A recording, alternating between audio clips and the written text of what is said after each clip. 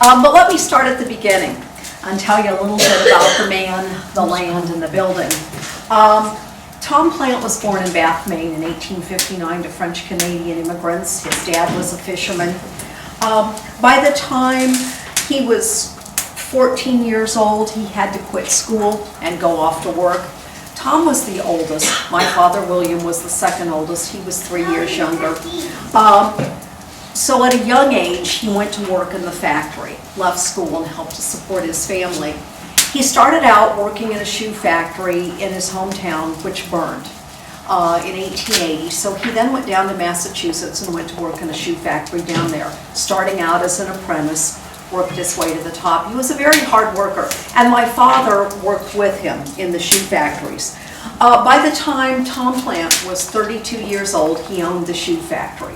So I'd say he was very ambitious in the business. And eventually he owned 5 shoe factories, all of them in the Boston area. One of which was the largest maker of women's shoes in the world. More than 5,000 people worked for my Uncle Tom in one of his factories. And my father was the superintendent. He was his second in command, so to speak. So Tom Plant made a lot of money in the shoe business.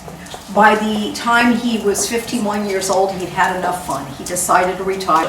He bought this piece of land first. This was called Ossipee Mountain Park, and it was already an established area with carriage trails and hiking trails. People would come up here and hike and ride horseback. In 1913, he married his second wife, whom he met in Europe. Her name was Olive Dewey. Well, he and Olive went to Europe on their honeymoon. They started planning their home up here. Mr. Plant claimed that he hired 1,000 people to build this place, and I don't have any doubt about that. He started in the spring of 1913, and it was completed in the fall of 1914, and Tom and Olive moved in the fall of 1914. So, well, things were good for the first 10 years. By 1924, Tom Plant was in serious financial trouble. We know that he made a number of bad financial investments. We don't know exactly where all the money went. But Uncle Tom was a very extravagant man. He didn't have any children with either marriage, so he didn't have to really be conservative with his money. He figured he made every dime of that himself. By golly, he could spend it if he wanted to, and he did. Cars, horses, boats. He had the fastest boat on the lake. It was built for him in Wolfboro, custom built, so he would have the fastest boat on the lake.